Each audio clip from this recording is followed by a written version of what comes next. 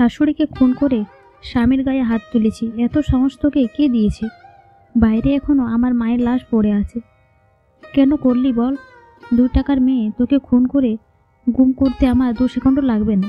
স্বামীর মুখে এই ধরনের কথা শুনতে হবে অধারা কল্পনাও করিনি। লোকটা শান্ত আর ভদ্রলোক, কখনো দরকার ছাড়া অধরার সঙ্গে গত 1 বছরের একটা শব্দ উচ্চারণ করেনি। যখন যা চেয়েছে পেয়েছে। এ বাড়ির সবাইকে ও নিজের মনে করে। তাছাড়া 5-5টা ননদের মধ্যে ও নিজেকে মেনিয়ে নিয়েছে। ওরা ভুলেও অধারার আশেপাশে ঘোরে না। শুধু শাশুড়ি মা ছাড়া কেউ শাশুড়িকে কিভাবে মারতে পারে অধারার মাথায় আসছে না। আজ সন্ধ্যায় শাশুড়ি মা ওকে ছাদে ডেকেছিল। কেন ডেকেছিল সেগুলো ও কাউকে বলতে পারবে না। শাশুড়ি মার ওর হাতে একটা কাগজ ধরিয়ে দিয়ে বলেছিল, এটা ধরো, এর চাইতে বেশি কিছু বলার অধিকার আমার নেই। এটা গোপন রাখবে। এই বাড়ির কাউকে বিশ্বাস করবে না, এমনকি নিজের স্বামীকেও না। নিজের আর তোমার মধ্যে থাকা মহামূল্যবান যত্নের খেয়াল রাখবে। পারলে দ্রুত পালিয়ে যাও। আমার আলমারির ড্রয়ারের কিছু দরকারি জিনিসপত্র আছে, তোমার কাজে লাগবে, এখন নিয়ে যাও দ্রুত। আদ্রা কিছু বলতে চেয়েছিল কিন্তু হলো না। তার আগেই উনি ধমক দিয়ে নিচে পাঠিয়ে দিলেন। আদ্রা নিচে আসার সঙ্গে সঙ্গে বাইরে হইচই গড়ে পড়ে। আদ্রা দৌড়ে গিয়ে দেখলো ওর শাশুড়ি নিচে পড়ে আছে, চারিদিকে রক্তের ছড়াছড়ি। কি ভয়ঙ্কর দৃশ্য! অধরা সেইখানে জ্ঞান হারালো। যখন জ্ঞান ফিরল দেখতে পেল ও রুমে শুয়ে আছে, আর ওর স্বামী জুবায়ের ফুরুকি ওর দিকে অগ্নিদৃষ্টিতে চেয়ে আছে। ওর চোখ খুলতে দেরি হলো, কিন্তু লোকটার ওর উপর ঝাঁপিয়ে পড়তে দেরি হলো না। গলা আটকে ধরল। অধরার মনে হলো এক্ষুনি বুঝি মারে যাবে। তাই উপায়ন্ত না পেয়ে লাথি বসিয়ে দিয়েছিলেন স্বামীর নামক লোকটার বুকে।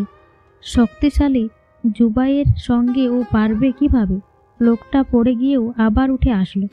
আদ্রা ওই সুযোগ দ্রুত বিছানা থেকে নেমে পড়ল, কিন্তু জুবাইর ওকে টেনে দেওয়ালের সঙ্গে আটকে ধরে গাল চেপে বলল, আদ্রা বহু কষ্টে বলল, আমি এইরকম করিনি, বিশ্বাস করুন। আপনার মাকে আমি নিজের মা ভেবেছি। আমার দম বন্ধ হয়ে আসছে, ছেড়ে দিন। জুবায়ের হুঙ্কার ছেড়ে বলল, ছেড়ে দেওয়া হলে বহু আগেই ছেড়ে দিতাম। তোর ভাগ্য ভালো, তোকে দরকার আমার, খুব দরকার। প্রয়োজন শেষ হলেই এই পৃথিবী থেকে তোর নাম নিশানা আমি চিরকালের জন্য মুছে দেব। তুই সুলতান জুবায়ের ফারুকীয় নখের যোগ্যও না। কথাটা বলে জুবায়ের ওকে ধাক্কা দিয়ে ফেলে দিয়ে দরজা ধাপাস করে বন্ধ করে চলে গেল। আদ্রা তাল সামলাতে না পেরে ছুটে গিয়ে ফ্লোরে পড়ল। খাটের কোণে লেগে কপালের কিছু অংশ কেটে গেল। আদ্রা কপালে হাত রেখে উঠে বসল। ব্যথা আজ শরীরে না মনে লাগছে। শাশুড়ির মৃত্যুর পরে দুনিয়াটা কেমন বদলে গেল। এতদিন তো ভালোই ছিল। বিয়েটা হয়েছিল পারিবারিকভাবে। বিয়ের 1 মাসের মাথায় সড়ক দুর্ঘটনায় ওর বাবা মারা গিয়েছিল। আদ্রা বাবা মায়ের একমাত্র সন্তান হওয়ার দারুণ অন্তিম যাত্রায় সাক্ষী হতে পারলেও আর কখনো সেখানে ওর পা রাখতে পারেনি। বাবা মাকে ভেবেও কাঁদবে, কষ্ট হবে ভাবে শাশুড়ি ওকে যেতে মানা করত। আগলে রেখেছিল, যখন যা চেয়েছে পেয়েছি। বাড়ির বাইরে যাওয়ার দরকার হয়নি। সুলতান জুবায়ের ফারুকী একজন ভালো ব্যবসায়ীও আর বেশ প্রভাবশালী লোক। বাড়িতে কাজের লোকের অভাব নেই, কিন্তু সবাই কেমন চুপচাপ। দরকার ছাড়া এই বাড়িতে কোনো শব্দ উচ্চারণ হয় না। 5টা ননদ, সবগুলো বিবাহ উপযুক্ত। এ কথায় আগুন সুন্দরী, যাদের দেখলে মানুষ না ভেবে সবাই পরি ভেবে ভুল করবে, কিন্তু যাদেরও কলং আছে। এই মেয়েগুলো তেমনি, একটা অভিশাপ বহন করে। এরা বোবা, কথা বলতে পারে না। আধুনিক পোশাকার চলনভঙ্গি এদের জুড়ি মেলা ভাব। আদ্রা এদের রূপের কাছে কিছুই না। কথাগুলো ভেবে আদ্রা দ্রুত নিজের শাড়ি আঁচলে থাকা কাগজটা বের করে চোখের সামনে ধরল। গোটা গোটা অক্ষরে লেখা আছে, বধির বাবা বলবে বাক্য ঝরবে, তখন লাল রং উষ্ণকালে খুলবে দুয়ার, শান্ত হবে তিমির দুয়ার। একটা ধাঁধা, কিন্তু এর মানে কি হতে পারে আদ্রার জানা নেই। শাশুড়ি মায়ের মুখটা ওর ভীষণ মনে পড়ছে। আদ্রা কাগজটা দ্রুত লুকিয়ে বেরিয়ে আসলো। এর মধ্যে লাশ দফনের সব কাজকর্ম শুরু হয়ে গেছে। বাড়িতে সবাই সাদা পোশাক পরেছে। মেয়েরা মায়ের চারিপাশে চুপচাপ বসে আছে, কিন্তু সবাই খুব স্বাভাবিক, কারো চোখে কোনো পানি নেই। জুবায়ের বাইরে আছে, পুলিশ এসেছে ঘটনা তদন্ত করতে গিয়ে জুবাইর দুর্ঘটনায় বলে চালিয়ে দিল। বেশ কিছু টাকা পুলিশের হাতে ধরিয়ে দিয়ে ওদেরকে বিদায় জানিয়ে ভেতরে আসলো। আদ্রা চুপচাপ শাশুড়ির মাথায় কাছে গিয়ে বসলো।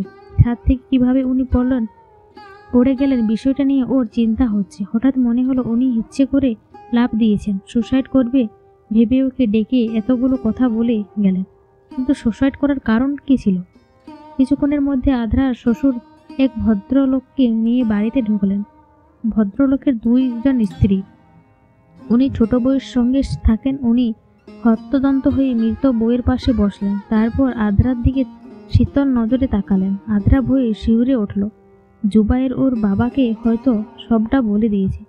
সবাই ওকে ভুল বুঝছে, কিন্তু পুলিশ সে দিচ্ছে না কেন?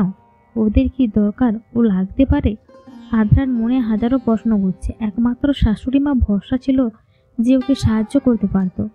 গভীর কোনো সমস্যার অতলেও তলিয়ে যাচ্ছে, মাথায় যন্ত্রণা করছে।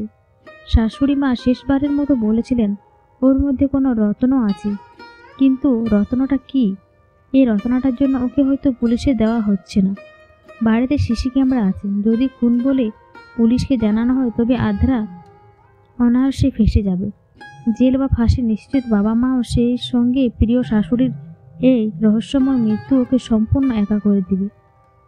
আদ্রা নিজেকে সামলাতে পারছে না। এই নিষিদ্ধ বাড়িতে শব্দ করে কান্না করার মতো অধিকার ওর নেই। কান্নাতে গলা আটকে আসছে। অধরা দ্বিতীয়বারের ন্যায় জবাব জ্ঞান হারালো। মধ্যরাতে আদ্রার জ্ঞান ফিরল। মুখের উপরে কারো দীর্ঘ উষ্ণ নিঃশ্বাস পড়ছে। ভয় ও অষ্টে পৃষ্ঠে জড়িয়ে ধরেছে। আদ্রা হট করে চোখ খুলে দেখল জুবাইর ওর মুখের উপরে ঝুঁকে আছে। রুমে আবাছা আলো বিরাজ করছে। লোকটার দৃষ্টি কোনো রাগ নেই, আছে ঘৃণা।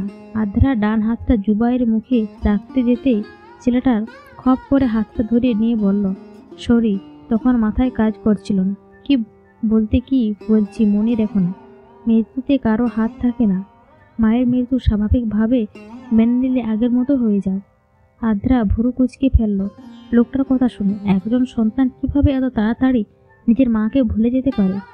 আদ্রা প্রশ্ন করতে চাইল কিন্তু পারল না। জুবাইর ওকে অষ্টে পৃষ্ঠে জড়িয়ে নিয়ে নিজের সঙ্গে বিড়বিড় করে উচ্চারণ করলো, আমাদের ঘরে খুব তাড়াতাড়ি এক টুকরো রত্ন আসছে চলছে। আমি ওকে কোহিনূর বলে ডাকবো। তুমি কি কিছুই বুঝতে পারছো না? এত আয়োজন শুধু ওর জন্য। আদ্রা চোখ বন্ধ করে কিছু ভাবলো। বিষয়টা সুখের কি দুঃখের ওর মাথা ঠিক আসছে না। যেখানে ও মা হয়ে নিজের সন্তানের উপস্থিতির অনুভব করতে পারল না, সেখানে জুবাইয়ের বাবা হয়ে কিভাবে সব বুঝে গেল? আর শাশুড়ি মা সে কিভাবে জানলো? এই গোলক ধাঁধা কিভাবে কাটবে কে জানে। জুবাইয়ের আধা ঘন্টার মধ্যে গভীর ঘুমে তলিয়ে গেল আদ্রা। সাবধানে উঠে বলল, শাশুড়ির আলমারিতে চেক করা দরকার, কি আছে ও সেইখানে। আদ্রা সাবধানে উঠে আসলো। পা টিপে টিপে শাশুড়ির রুমে সামনে গিয়ে দাঁড়ালো। সারা বাড়িটা শুনশান নীরব। আদ্রা সময় নষ্ট করলো না, দ্রুত ভেতরে গিয়ে ড্রয়ার চেক করলো। লাল রঙের একটা কাপড়ের মধ্যে কিছু রাখা আছে। ও সেটা তুলে নিয়ে দ্রুত নিজের রুমে ফিরে আসলো। সেটা লুকিয়ে জুবাইয়ের পাশে গিয়ে শুয়ে পড়ল। জুবাইয়ের ঘুমের মধ্যে পাশ ঘুরে আদ্রাকে নিজের দিকে টেনে নিয়ে ফিসফিস করে বলল, পালানোর চেষ্টা করছো বুঝি? এসব করে সময় নষ্ট করো না, সময় হলে ঠিক মুক্তি পাবে। আদ্রার ডোক গিলল। মনে প্রশ্ন জাগালো, জুবাইর কি সব জেনে গেল? গল্পটি কেমন হয়েছে কমেন্ট করে অবশ্যই জানাবেন।